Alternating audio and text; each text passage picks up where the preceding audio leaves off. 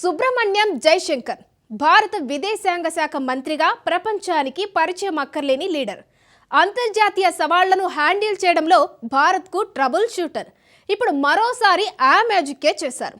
హిందువులపై దాడులు, పాకిస్తాన్తో కలిసి భారత్పై కుట్రలతో రెచ్చిపోతున్న బంగ్లాదేశ్కు అమెరికా నుంచి అన్ని సాయాలకు ముగింపు పడేలా దౌత్యం నేర్పారు.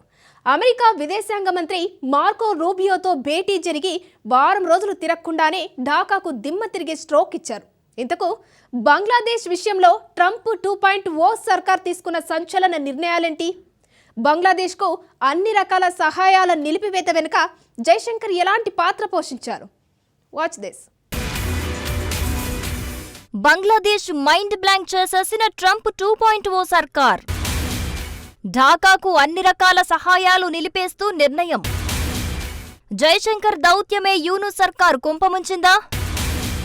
ఇటీవల డొనాల్డ్ ట్రంప్ ప్రమాణ స్వీకారోత్సవానికి మన దేశం తరపున జైశంకర్ అమెరికా వెళ్లారు. ట్రంప్ ఛార్జ్ తీసుకున్న వెంటనే అగ్రరాజ్య విదేశాంగ మంత్రి మార్కో రూబియో తొలి భేటీ జైశంకర్తోనే జరిగింది. గంటపాటు జరిగిన ఆ సమావేశంలో చాలా అంశాలపై ఇద్దరు నేతలు చర్చించుకున్నారు. వాస్తవానికి అమెరికాలో కొత్త ప్రభుత్వం ఏర్పాటు తర్వాత పొరుగు దేశాలతోనో లేక నాటో కూటమి దేశాల్లో ఓ దేశంతో తొలి విదేశాంగ శాఖ సమావేశం జరగటం సంప్రదాయం. ఆ సంప్రదాయాన్ని పక్కనబెట్టి మరీ జైశంకర్తో సమావేశమయ్యారు. తద్వారా భారత్ తమ మొదటి ప్రాధాన్య దేశమని ప్రపంచ దేశాలకు క్లియర్ మెసేజ్ పంపించారు. అందుకు తగ్గట్టే ఇప్పుడు ట్రంప్ 2.0 ప్రభుత్వ నిర్ణయాలు కనిపిస్తున్నాయి. బంగ్లాదేశ్ విషయంలో ట్రంప్ సర్కార్ చేసింది అదే. పొరుగుదేశం బంగ్లాదేశ్ హిందువులు, ఇతర మైనార్టీలపై దాడులు, గృహ దహనాలు, అఘాయిత్యాలు, ఆకృత్యాలతో అట్టుడికిపోతోంది. భారత్ సహా ఇతర దేశాలు బంగ్లాదేశ్ ప్రభుత్వంపై అన్ని రకాలుగా ఒత్తిళ్లు తీసుకొస్తున్నప్పటికీ దీనికి మాత్రం బ్రేకులు పడట్లేదు. గతేడాది ఆగస్టు 5న షేక్ హసీనా సారథ్యంలోని ప్రభుత్వం కుప్పకూలినప్పటి నుంచి బంగ్లాదేశ్లో దారుణాలు చోటు చేసుకుంటున్నాయి. ప్రత్యేకించి హిందువులపై విపరీతంగా దాడులు సాగుతున్నాయి. దోపిడీలు, గృహ దహనాలు నిత్యకృత్యమయ్యాయి. హిందువులతో పాటు ఇతర మైనార్టీలపై ఇస్లామిక్ మత ఛాందసవాదులు విరుచుకుపడుతున్నారు. హైందవ ఆలయాలను ధ్వంసం చేయడం, భక్తి శ్రద్ధలతో పూజలందుకున్న విగ్రహాలను ధ్వంసం చేయటం వంటివి నిత్యకృత్యంగా మారాయి. యూనూస్ సారథ్యంలో మధ్యంతర ప్రభుత్వం అక్కడ ఏర్పడినప్పటికీ ఎలాంటి ఫలితమూ ఉండట్లేదు. ఇవన్నీ సరిపోవన్నట్టు పాకిస్తాన్తో చేతులు కలిపి ఉగ్రవాదాన్ని ఎగదోసే కుట్రలు మొదలుపెట్టారు. సరిహద్దుల్లో కంచె నిర్మాణాలను సైతం అడ్డుకుంటూ రెచ్చిపోతున్నారు. బంగ్లాదేశ్ ఈ రేంజ్లో రెచ్చిపోవటం వెనుక పాక్ హస్తం ఉందనేది ఓపెన్ సీక్రెట్. మరి ఢాకా కుట్రలకు చెక్ పెట్టాలంటే ఏం చెయ్యాలి? అమెరికాను రంగంలోకి, సీన్లోకి దించాలి. జైశంకర్ చేసింది అదే. ఇటీవల అమెరికా విదేశాంగ శాఖ మంత్రి మార్కో రూబియోతో జైశంకర్ భేటీ కీలక అంశాల చుట్టే తిరిగింది. ఆ మాటకొస్తే అమెరికా భారత్ మధ్య ఎప్పుడు ఏ స్థాయి సమావేశం జరిగినా చైనా, పాకిస్తాన్ దేశాల ప్రస్తావన రాకుండా ఉండదు. ముఖ్యంగా ట్రంప్ పవర్లో ఉన్నప్పుడు ఈ రెండు దేశాల గురించి చర్చలు జరుగుతాయి. కాకపోతే ఇటీవల జరిగిన భేటీలో బంగ్లాదేశ్ అంశం కీలకమైంది. అప్పటికే బంగ్లాదేశ్లో హిందువులపై జరుగుతున్న దాడుల గురించి ట్రంప్ పాలకవర్గం ఆరా తీసింది. మార్కో రూబియోతో సమావేశంలోనూ హిందువులపై అరాచకాలు, పాకిస్తాన్తో కలిసి యూనూస్ సర్కారు చేస్తున్న కుట్రలను మార్కో రూబియోకు జైశంకర్ వివరించారు. అప్పుడే ట్రంప్ సర్కారు దృష్టి ఢాకాపై పడింది. ఈ భేటీ జరిగి వారం రోజులు కూడా పూర్తి కాకుండానే ఢాకా లెక్క సరిచేసే నిర్ణయం తీసుకుంది అగ్రరాజ్యం. బంగ్లాదేశ్ ప్రభుత్వానికి ఇచ్చే అన్ని రకాల సాయాన్ని రద్దు చేస్తూ కీలక నిర్ణయం తీసుకున్నారు ట్రంప్. కాంట్రాక్టులు, టాస్క్ ఆర్డర్లు, గ్రాంట్లు, కోఆపరేటివ్ అగ్రిమెంట్లు, అక్విజిషన్లు, అసిస్టెంట్స్ ఇలా ఒకటేంటి అన్ని సహాయాలను వెంటనే నిలిపివేయాలంటూ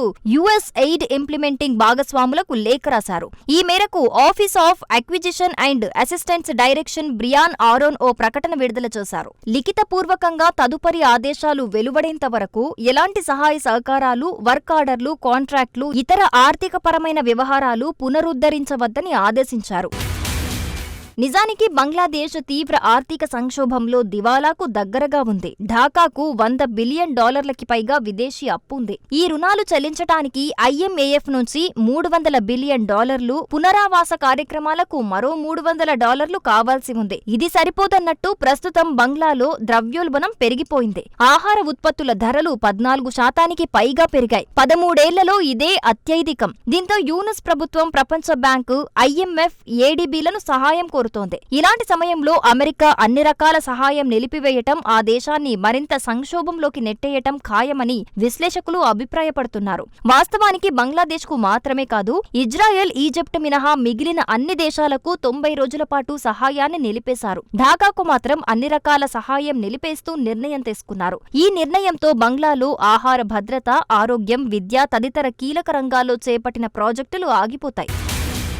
మరోవైపు పాకిస్తాన్ విషయంలోనూ ట్రంప్ యాక్షన్ ఆ రేంజ్లోనే ఉంది. తాజాగా ఇస్లామాబాద్ కు పౌర సహాయాన్ని నిలిపేశారు. వాస్తవానికి తన ఫస్ట్ టర్మ్ లో పాకిస్తాన్కు అక్షరాల 17,242 కోట్ల సైనిక సహాయాన్ని నిలిపేశారు. కానీ 2020లో జో బైడెన్ అమెరికా అధ్యక్షుడైన తర్వాత పాకిస్తాన్కు భారీగా ఆర్థిక సహాయం చేశారు. 2024 ఇస్లామాబాద్ కు $16 మిలియన్ అంటే 138 కోట్లు పౌర సాయంగా అందించారు. అంతకుముందే 2022-23లో ఇస్లామాబాద్ కు ఏటా $80 మిలియన్ అంటే 690 కోట్లు పౌర సాయంగా అందించారు. ఈ మొత్తాన్ని పాక్ లో ఆర్థికంగా బలహీనంగా ఉన్న జనాభా అభ్యున్నతికి ఉపయోగించాలని చెప్పారు. పాక్ పాలకులు ఆ నిధులను అమెరికా చెప్పినట్టుగా ఖర్చు చేసి ఉంటే ఆ దేశ ప్రజలకు కష్టాలు వచ్చుండేవే కావు. కానీ బైడెన్ సర్కార్ ఇచ్చిన నిధులను పాకిస్తాన్ పాలకులు తమ జల్సాలకు, ఉగ్రవాదాన్ని భారత్ లో ఎగదోయడానికే ఖర్చు చేశారు. డొనాల్డ్ ట్రంప్ సైతం ఇవన్నీ ఓ కంట కనిపెడుతూనే ఉన్నారు. తాను అధికారంలోకి వచ్చిన తర్వాత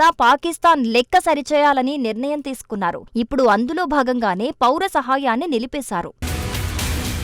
90 రోజుల తర్వాత ఏ దేశం విషయంలో ట్రంప్ ఆలోచన మారినా పాకిస్తాన్, బంగ్లాదేశ్ విషయంలో మాత్రం మారే అవకాశమే లేదు. ఎందుకంటే ట్రంప్ దేన్నైనా క్షమిస్తారు కానీ ఉగ్రవాదాన్ని మాత్రం సహించరు. తన మొదటి పాలనలో ఇస్లామాబాద్ కు సైనిక సాయం నిలిపేయటమే అందుకు ఉదాహరణ. అలాంటి పాకిస్తాన్ కు ఢాకా దగ్గర కావటాన్ని ట్రంప్ సీరియస్ గా తీసుకుంటున్నారని ప్రత్యేకించి చెప్పాల్సిన అవసరం లేదు. పైగా బంగ్లాలో హిందువులపై దాడుల అంశాన్ని జైశంకర్ ట్రంప్ ప్రభుత్వం దృష్టికి తీసుకెళ్లటం కూడా ఢాకాను చిక్కుల్లో పడేయటం ఖాయం.